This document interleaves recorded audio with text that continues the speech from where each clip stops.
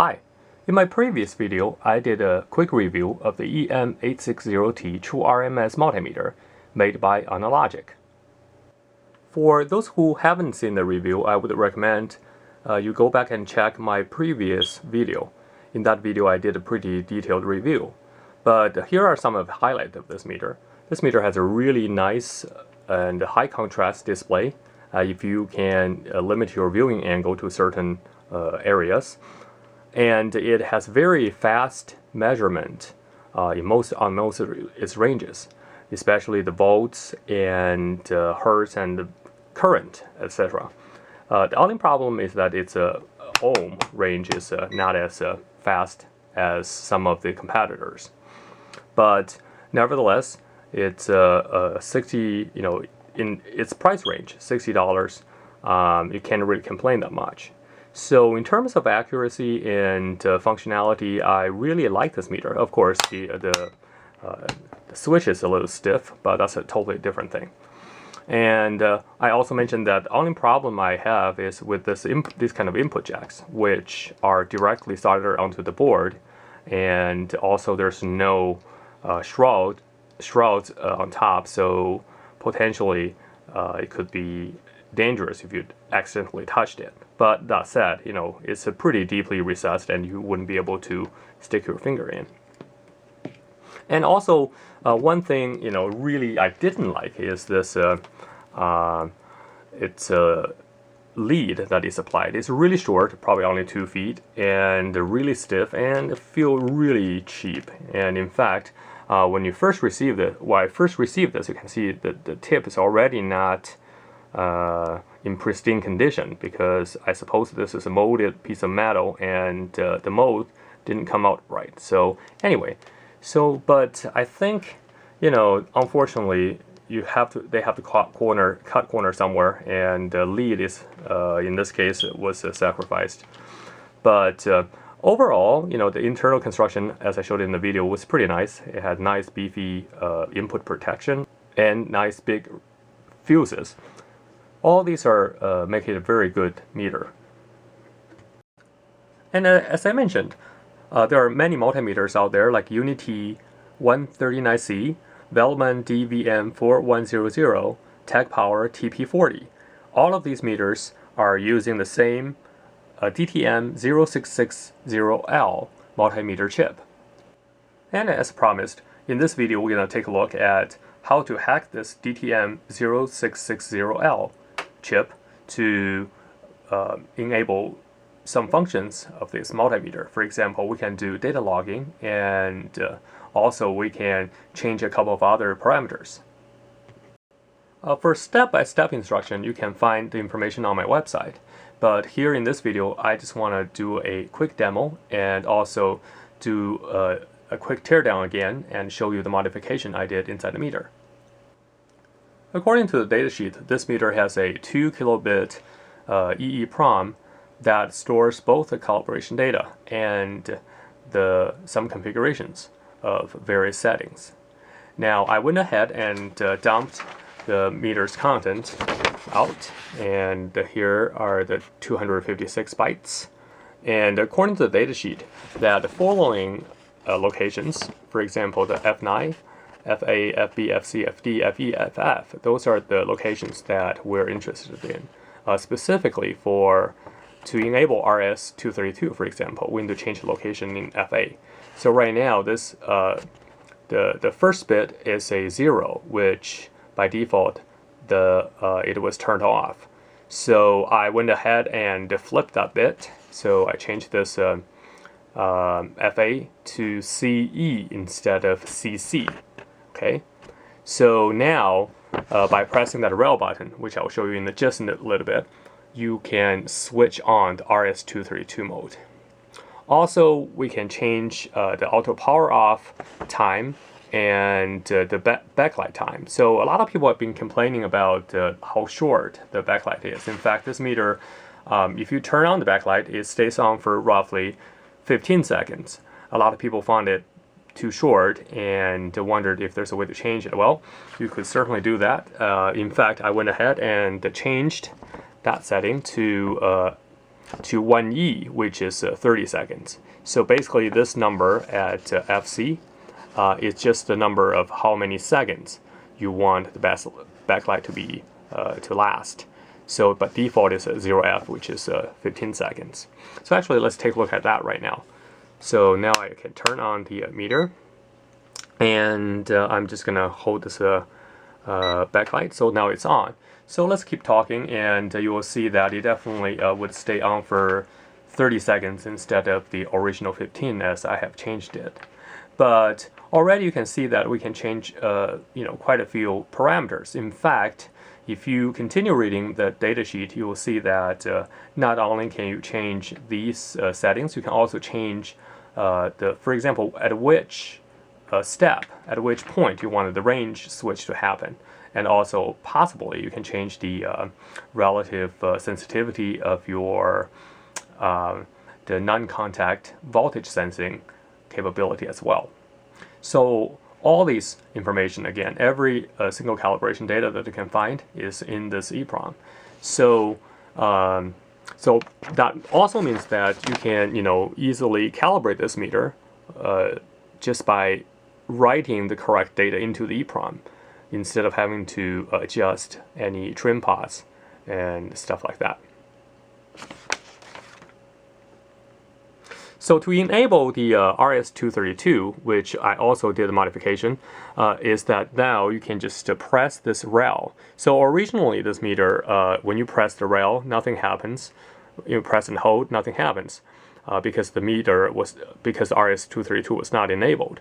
But right now, if you press and hold this, you see that the PC link annunciator is on, which means now this meter is actually transmitting data. So let's take a look at the back here. So I just change it to millivolts, so it will fluctuate a little bit. Now you should be able to see this IR, because is transmitting data. So that's when when I turn on the PC link. Okay. So if I turn the PC link off, so let me just press and hold the rail button again. So now you can see that it went off. So later I'll show you what is inside, but it is actually really simple. So the actual circuit is right here. Okay, so on the PC side, not the PC side, on the meter side, basically, I just added in a IR diode. Now, this R1 is a current limiting diode. It's actually already mounted on the board, so I didn't need to do anything. Basically, just putting a IR diode inside the meter. And on the receiver side, because sensitivity is not an issue, because I'll show you what I did for the receiver, but I put a pretty large resistor up on this IR photodiode, so that when it receives signal, this output is basically between your ground and the VCC level. Because the data rate is rather slow for this meter, it's rated at 2400 volts.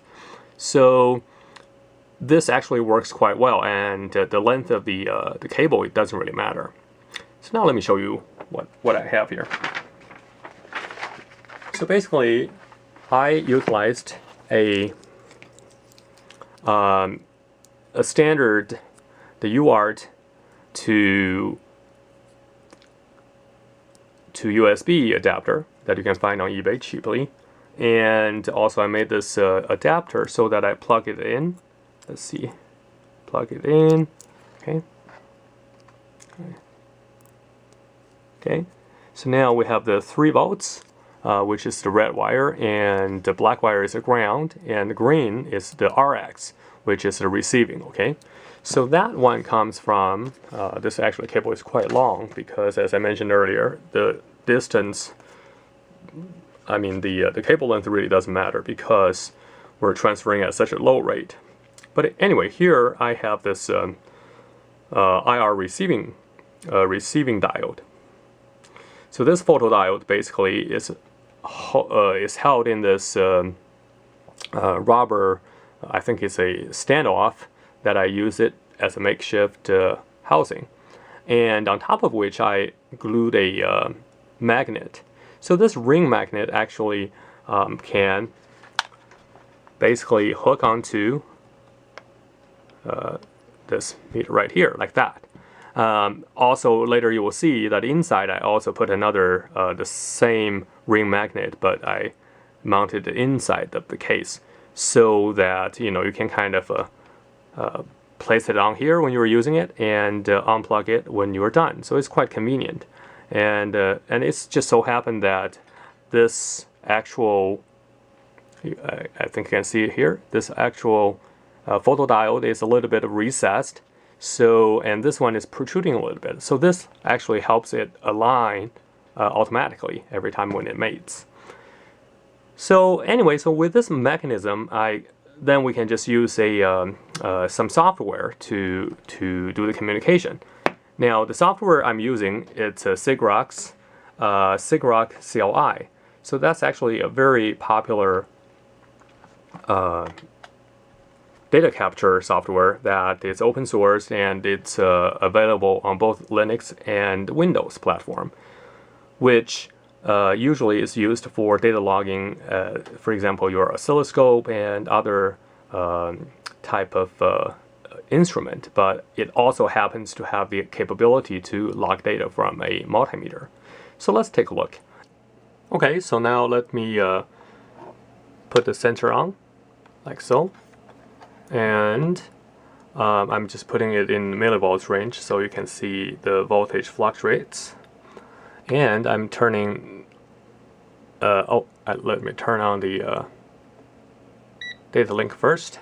Okay, so now on the computer, as you can see here, I'm going to run this command line. Basically is to instruct it to talk to the first USB port, and using the Velleman DVM4100 driver. And that driver is basically for the chipset DTM0660, which our meter has as well. And I set it to be continuous, so you can see that basically it's pulling the data at the same rate as the multimeter, so roughly 3 times a second. So let's get it started. And now, as you can see, it started recording data, and the reading is exactly what is on the multimeter. Okay, so right now it's 500 some millivolts, and we're showing 0.5 volts. Okay, so let's do some measurements. I mean, I'm just gonna use my power supply here on the bench, and you can see that now I'm in a voltage mode. So let me just focus a little more. Let's see. Okay, so now, right now the voltage is set to 5 volts. So let's take a look. The reason is I'm on millivolts, millivolt range right now, so it's overranging. So basically it says it's reflected on this output. So if I change it to 5 volt range, and you will see that it's reading exactly 5 volts, 5.008. Okay, so that's the voltage. And let me grab a resistor and a capacitor. Let's just, for completeness, let's measure those as well. So first, let's do this resistor. For that, we change this to resistance mode. Okay, and you will see that in resistance mode, the meter will cycle through all the ranges when I first switch through the range. So let's take a look again. So now I'm changing from the millivolts range to the resistance range. Okay. So that's why it was so slow, because it has to switch through all the ranges. Anyway, so now let's measure this 1.25K resistor, as we did last time in our review.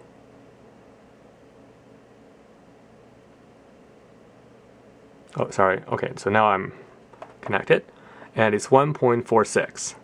Okay, so again, if I disconnect and reconnect, and you can clearly see that it's switching through all the ranges till it finds the kilo ohm range, and now it's outputting the correct data. So that's for the resistance measurement.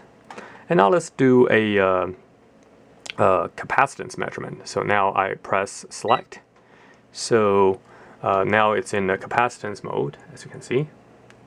Okay. So now let me again use the same 10,000 microfarad computer grade capacitor again, and we'll see what the output is. So now it's thinking. Okay, it's charging. Now, bingo.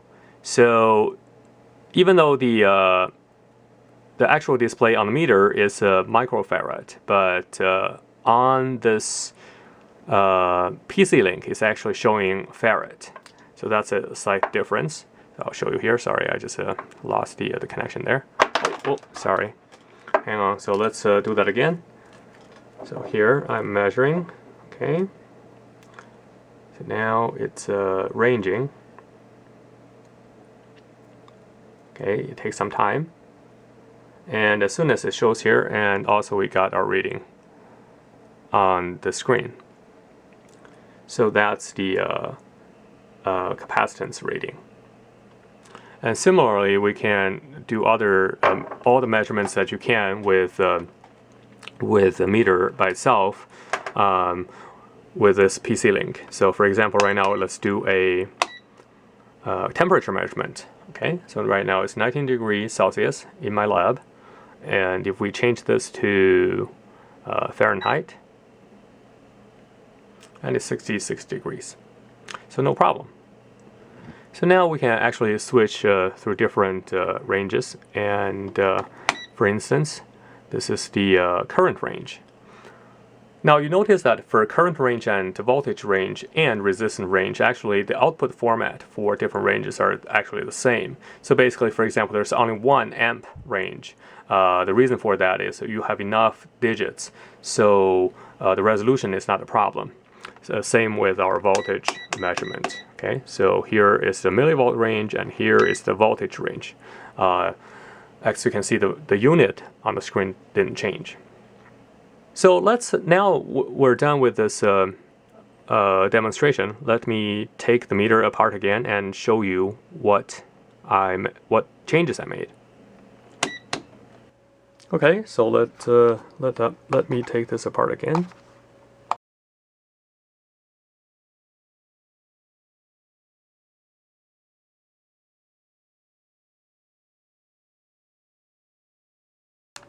Okay, I just need to wiggle a little bit. So okay, so now we're in. And so you can see all I did was basically soldered 2 wires from the footprint which is already there, the D9, which is the IR diode. And so I soldered the wires here and directly. Originally, I had a header here, but you know it made it just a slightly taller, so that it's hard to close the case. So I said, you know what? I'm just going to solder it directly because the wire is long enough. It doesn't really matter. On this end, as you can see, I actually basically stuck this IR diode directly through the hole where we had that little bit piece of rubber. Last time I was saying I didn't know what it was because it was just seems to be covering this footprint, but it doesn't do anything. So now we know that that's actually just a placeholder.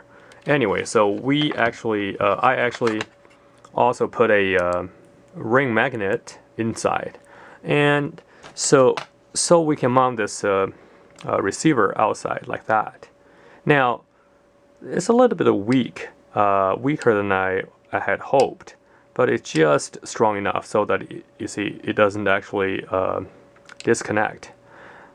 But of course, you can always, you know, if it is too weak, you can also put this outside, so it will be much stronger. But I prefer this way, so you know it looks nice and rather non-intrusive.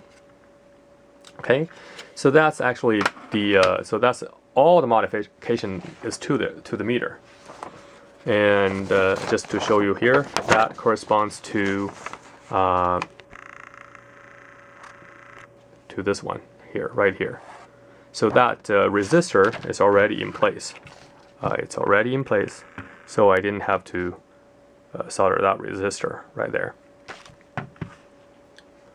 And what this header is actually I2C header.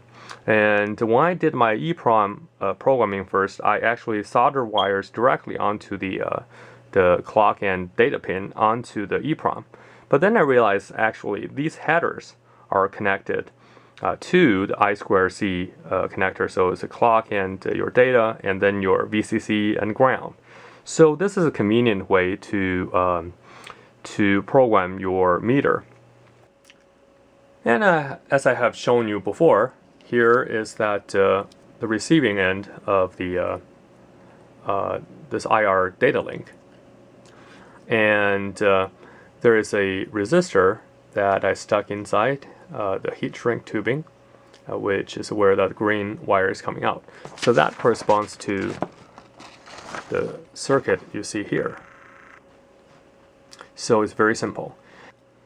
Now the reason we can get away with just using a plain IR transmitter diode and IR receiving diode instead of a proper IR transceiver, which is usually modulated onto a much higher frequency, is that because the range we're talking about is really short. So we are only gonna be transmitting literally from this IR transmitter to the receiver directly. So also there's no interference coming from the outside. But if you were to, let's say, transmit it in free air, then you might want to consider modulate the transmitter and the receiver transmitting signal so that it would be less prone to error.